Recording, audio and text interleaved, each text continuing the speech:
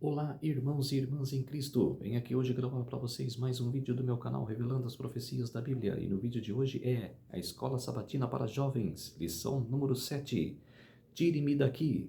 Antes de eu falar sobre este assunto, eu preciso da ajuda de vocês para se inscreverem no meu canal revelando as profecias da Bíblia.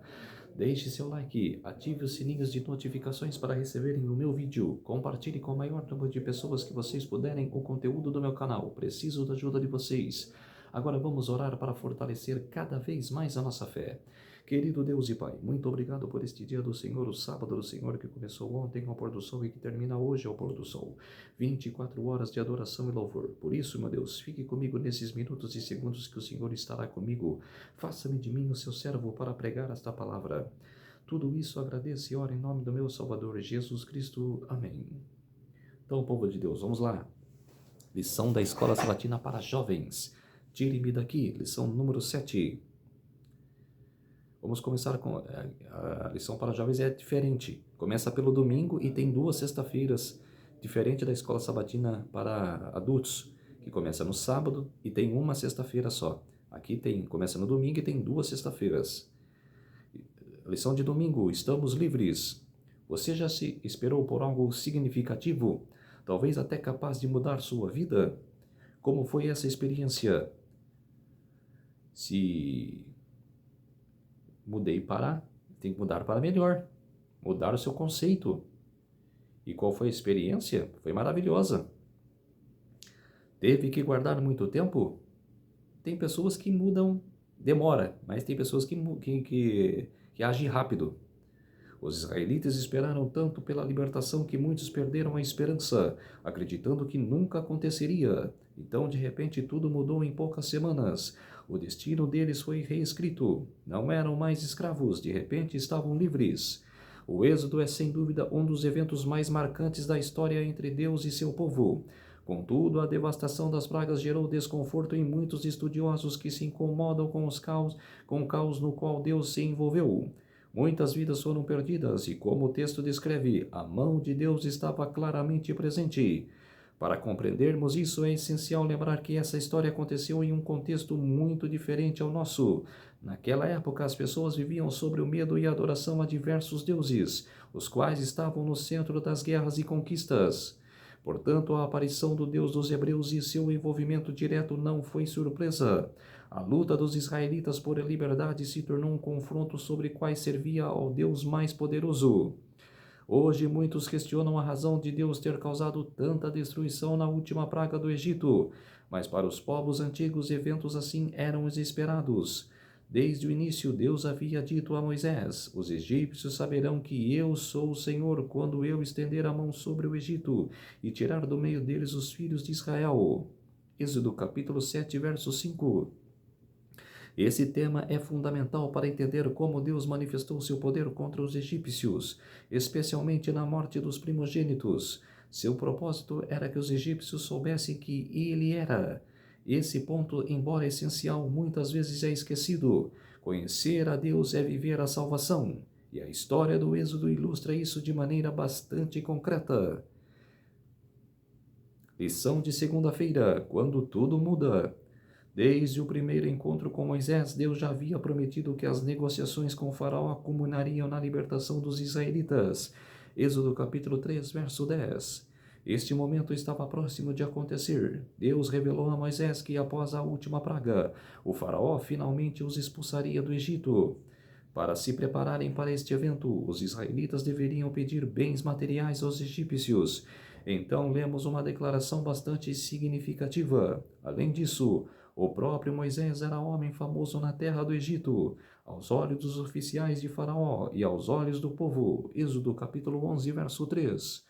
O profeta de Deus havia se tornado uma figura de grande autoridade entre os egípcios, respeitando tanto pelas camadas mais humildes da população quanto pelos membros da corte real.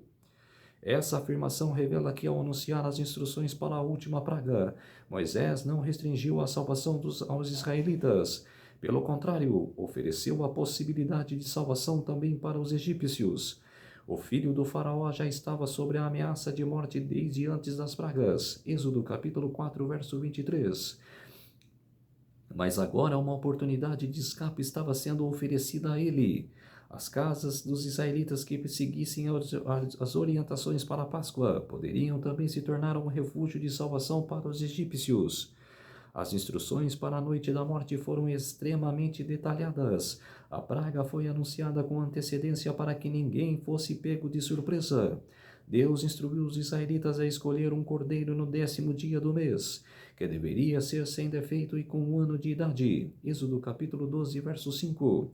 Todos os lares deveriam sacrificar o cordeiro ao mesmo tempo. No entardecer do 14º dia do mês, o sangue do cordeiro deveria ser passado dos batentes das portas, e a carne deveria ser assada e comida à noite. Durante a refeição, o povo deveria estar vestido e pronto para partir imediatamente. Deus revelou a Moisés que aquela noite marcaria o início do calendário israelita e daria início a uma importante tradição anual, a festa dos pães sem fermento. Embora Deus estivesse conduzindo seu povo à terra prometida, o significado desse evento ia muito além daquela noite. Ao estabelecer uma celebração anual, Deus não apenas queria que os israelitas lembrassem de sua libertação da escravidão, mas também queria ensinar-lhes sobre seu plano eterno de salvação e libertação do povo, libertação do pecado. Pergunta no rodapé: como podemos garantir que nossos lares sejam lugares em que Deus oferece salvação e libertação? Obedecendo sua lei, obedecendo sua palavra. Se você quer que Deus habite em sua casa, aceite-o e aceite também as suas palavras e suas leis. Simples. Lição de terça-feira: o caminho da vida. Na noite designada, os israelitas, junto com muitos egípcios e outros estrangeiros, Êxodo capítulo 12, verso 38, abrigaram-se em suas casas, prepararam rapidamente a refeição da Páscoa e se vestiram para a partida. O clima era de grande expectativa. Então, à meia-noite, a morte passou por todo o Egito. Os egípcios que haviam matado os meninos israelitas agora enfrentavam a perda de seus próprios primogênitos. Êxodo capítulo 12, verso 29. Somente nas casas marcadas pelo sangue foram poupados os primogênitos. Os israelitas mal podiam acreditar quando seus opressores literalmente imploraram para que partissem. Os egípcios sobrecarregaram os hebreus com presentes, apressando-os a sair com o mais rápido possível. Êxodo capítulo 12, versos 33 a 36. A pergunta que surge para muitos é: por que Deus enviou pragas com destruição e morte?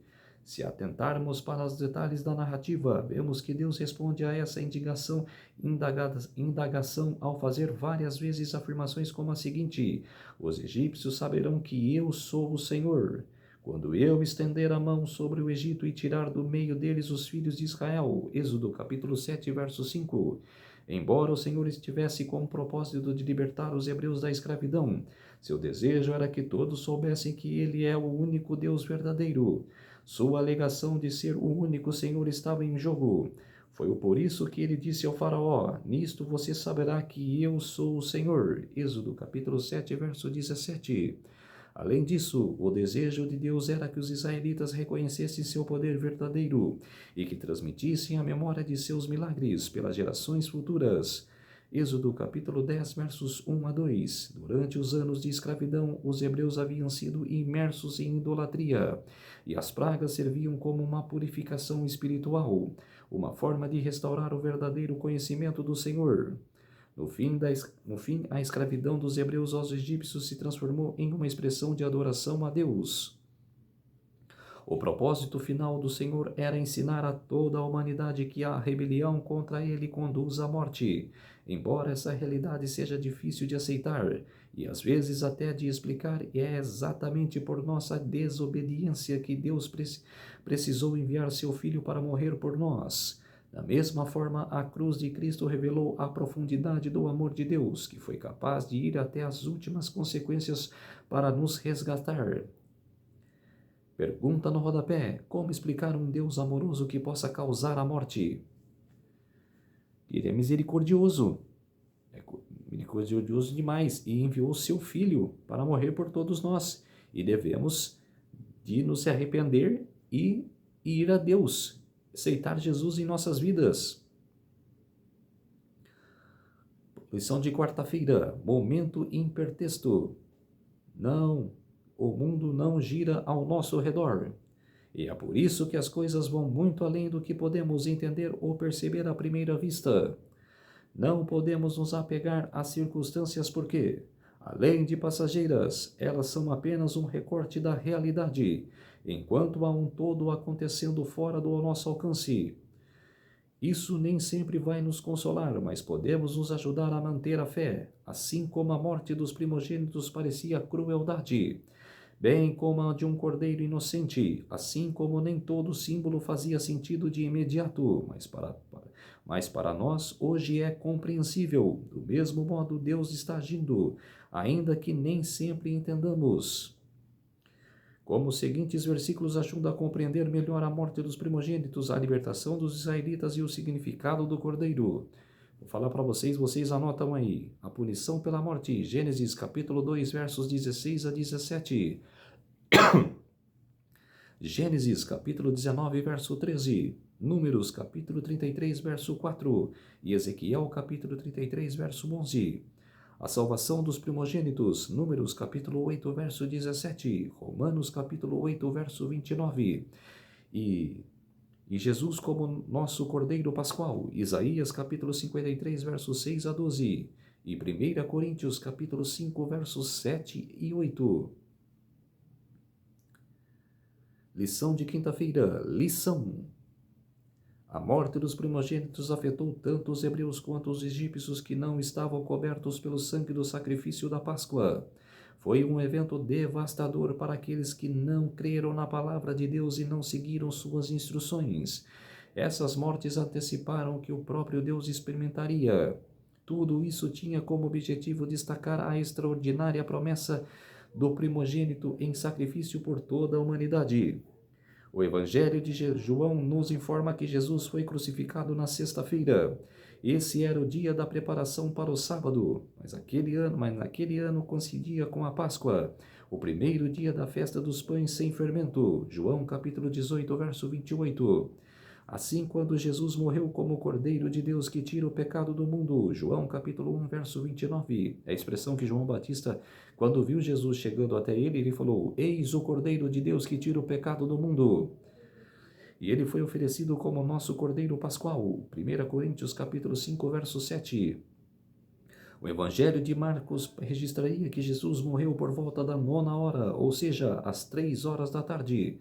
Marcos capítulo 15, versos 33 a 37. Como o cordeiro era morto no Antigo Testamento, de manhã morria às 9 e à tarde morria às 3. E Jesus foi crucificado às 9 da manhã e morto às 3. É o Cordeiro de Deus.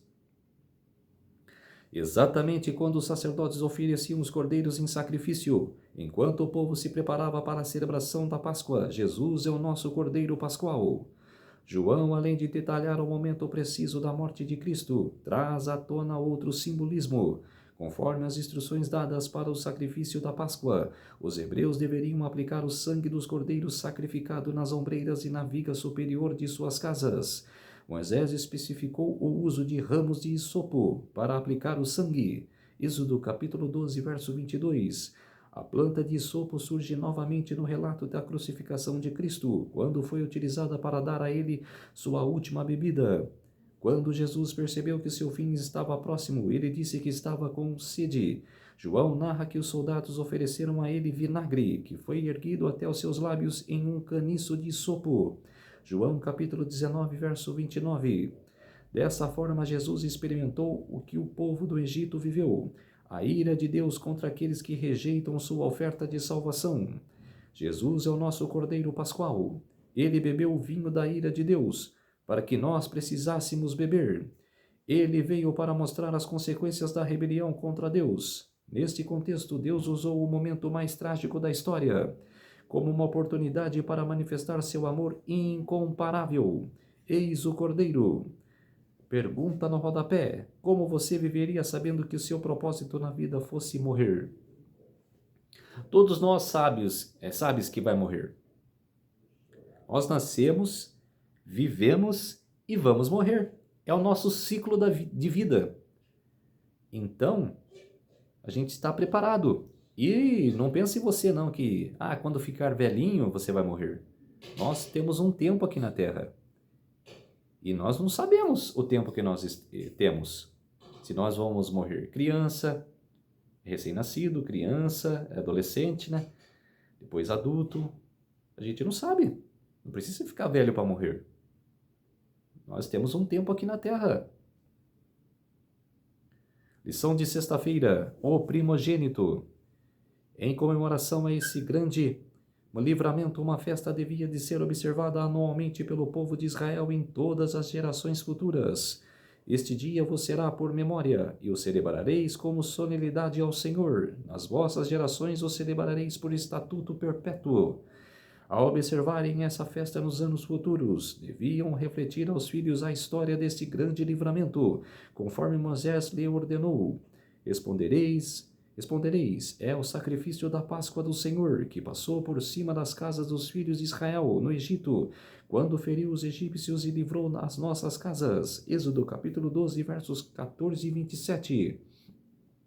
Além disso, os primogênitos, tanto de homens quanto de animais, deviam de ser do Senhor, podendo ser reavivados apenas por meio de resgate, em reconhecimento de que, quando os primogênitos do Egito pereceram, o de Israel, embora bondosamente preservados, teriam sofrido o mesmo destino que se não fosse o sacrifício expiatório.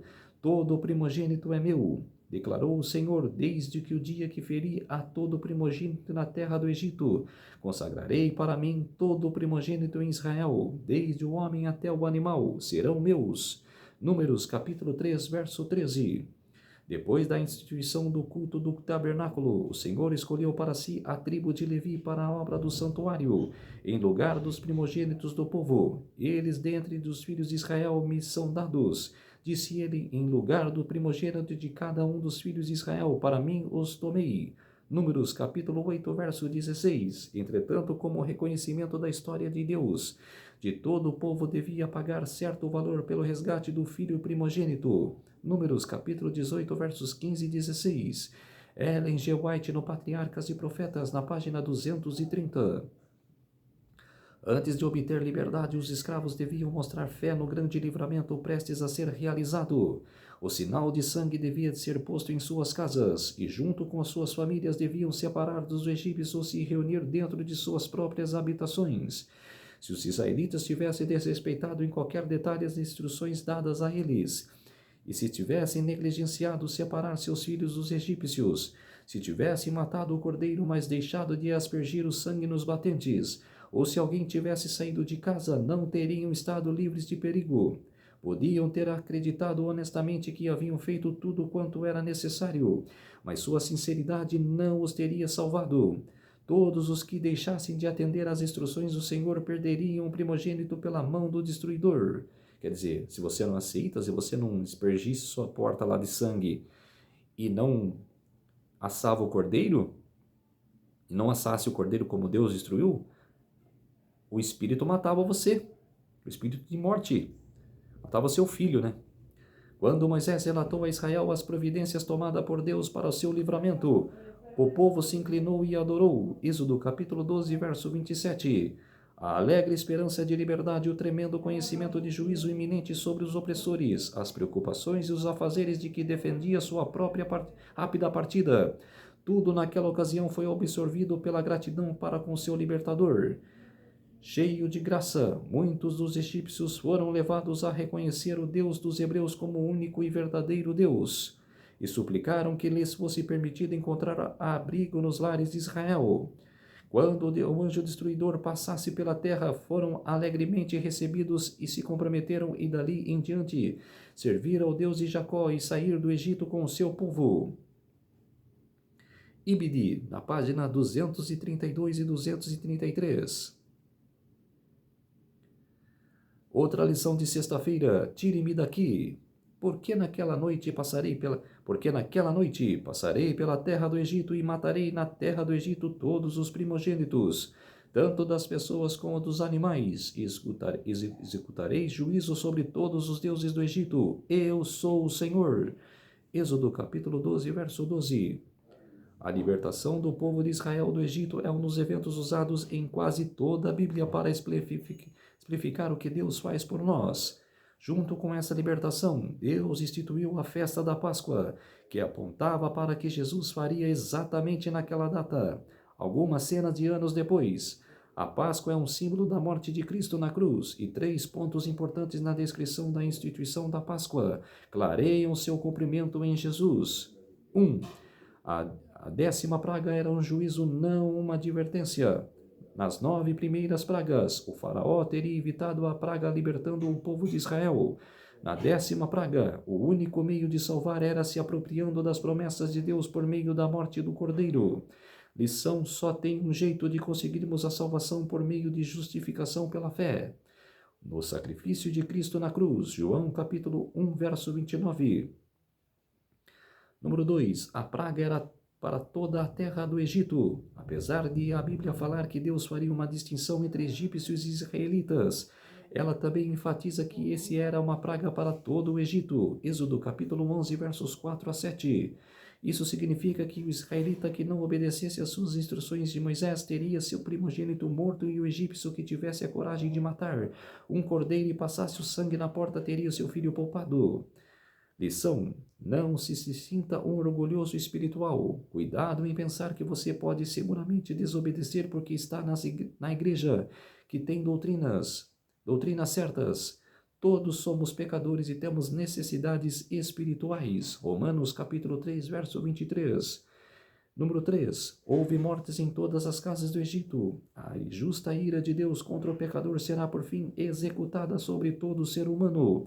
Uns pagarão com a própria vida, outros farão uso do cordeiro providenciado por Deus para livramento de todo aquele que crê.